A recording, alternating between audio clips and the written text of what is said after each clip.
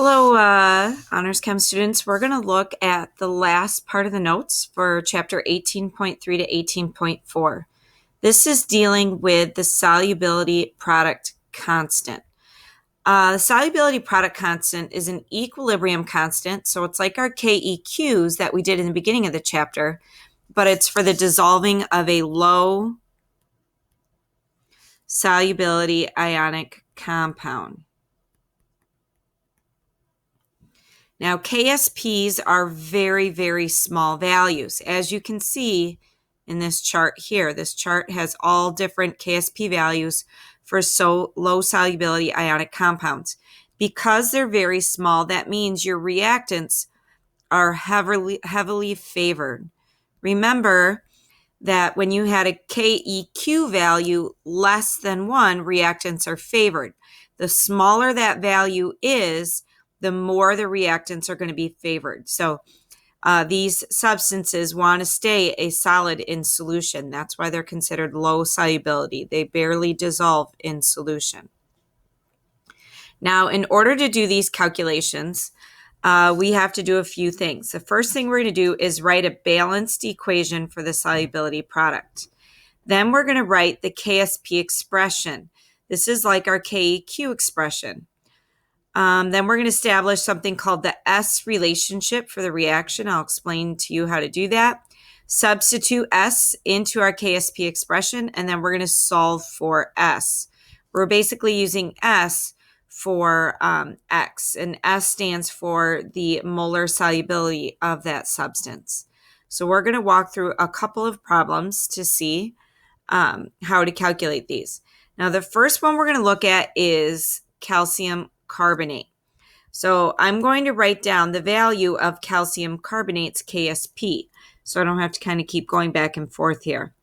The value for calcium carbonate's KSP is 3.4 times 10 to the negative 9th. And we will be coming back to that number. All right, the first thing then I'm going to do is write out the balanced equation. Now, when I add calcium carbonate to water, it starts as a solid because it's a low solubility ionic compound. It will slightly dissociate or separate in solution. And this is an equilibrium reaction. It's a reversible reaction, so it goes between the ions and the solid. Calcium carbonate dissociates into a calcium ion, Ca2+, aqueous, and the carbonate ion, CO3, 2-, and that is also aqueous. Then I'm going to write the solubility product constant expression. As I said before, this is just like your KEQ expressions that you were writing in the beginning of the chapter. It's the concentration of products over your reactants. Now notice our reactant here is a solid. Because it is a solid, when we said we do not include liquids and solids in equilibrium expressions, it will not be included in our equilibrium expression then. So it's just going to be the concentration of our products. So it's going to be the calcium ion times the concentration of our carbonate ion. We are multiplying these. We are not adding these. So that is times. And we bring them to the power of their coefficients. Because both coefficients here are 1, they'll both be to the power of 1. We don't necessarily need to write that because those ones are understood. All right, then we're going to establish the S relationship for these. Because calcium carbonate is dissociating into 1 calcium and 1 carbonate, their S relationship is going to be 1S. So that represents 1S, and that also represents 1S because their coefficients are both 1. I'm going to substitute those S's into my KSP expression. So that would be like 1S to the first power. Again, that's understood, so we don't have to write it, times 1S to the first power. My KSP value for calcium carbonate, we looked on that chart, was 3.4 times 10 to the negative ninth. So that's going to equal S times S, which is S squared. So to solve for S here, I'm going to take the square root of 3.4 times 10 to the negative ninth. And when I do that, I get a value of 5.8 times 10 to the negative fifth. So my molar solubility, that is what S is. S is equal to 5.8 times 10 to the negative fifth molar. Now, for most of these problems, we want to figure out the metal ion concentration as well. The metal ion in this problem is calcium. So Ca2+, its concentration is equivalent to that 1S value, which then is 5.8 times 10 to the negative fifth molar. It was equivalent to what our S value was, just one of them. All right, so that's a fairly easy problem because it was equal to S squared. We just produced one calcium ion and one carbonate ion. So that one was fairly simple to solve for. This next one is not quite as simple to solve for, to figure out magnesium phosphate here. So again, I'm going to start by writing what the KSP value of magnesium phosphate is. So I go to my chart and I find magnesium phosphate, and it is 1.0 times 10 to the negative 24th there. So the KSP value is equal to 1.0 times 10 to the negative 24th. Then I start by writing my balanced equation. So magnesium phosphate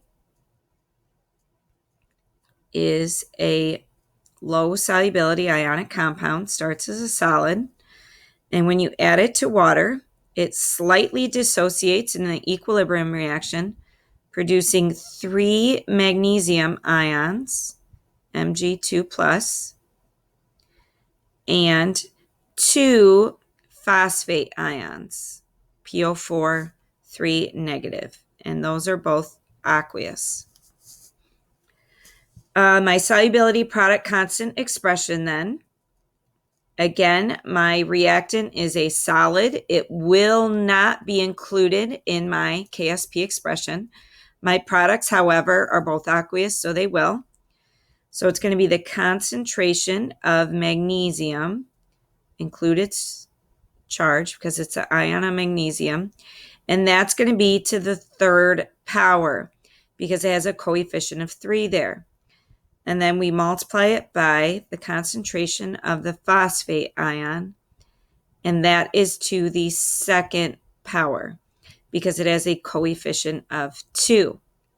Now we're going to establish our S relationship for each of our ions. Because magnesium phosphate dissociates into 3 magnesiums, it is producing 3 S particles. And it is producing 2 S particles for the phosphate because of the coefficient of 2 there. So those coefficients, your ability to write those, are extremely important when you're doing these KSP expression problems.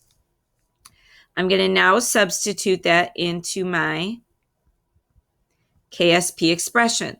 So the 3S is going to go in down here for magnesium. So it will be 3S to the third power times 2S is representative of the phosphate. So it's going to go in there for the phosphate. 2S to the second power. Now, you got to be really careful that you are cubing and squaring these values and not just multiplying them by 3 or 2. So 3 to the third power is 3 times 3 times 3, which is 27. And then S to the third power is S cubed. That's going to be times 2 to the second power, which is 4. S to the second power is S squared. So our KSP is going to be equal to 27s cubed times 4s squared. 27 times 4 is 108. When you multiply your s values there, when you multiply exponents, you need to add them. So s to the third times s to the second would become s to the fifth power. So you add what those exponents are. So ultimately, what we end up with here is 1.0 times 10 to the negative 24th equals 108 s to the fifth power. Now to get s to the fifth by itself, or really s to the by itself, I need to do a couple of things. I need to divide both sides by 108.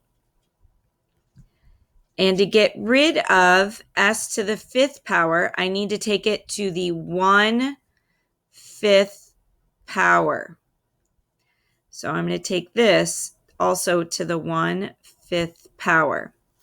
So when I type this into my calculator, I'm going to divide 1.0 times 10 to the negative 24th divided by 108. And then I'm going to take that answer and I'm going to do caret parentheses 1 divided by 5 and then close those parentheses. So you're taking it to the 1/5 power. Caret parentheses 1 divided by 5 parentheses. Or you can also take it to 0.2. 1 divided by 5 is equivalent to 0.2. When I do that, I get an S value of 6.2 times 10 to the negative 6th. So my molar solubility then for this problem is 6.2 times 10 to the negative 6 molar. My metal ion concentration, my metal ion in this problem is magnesium.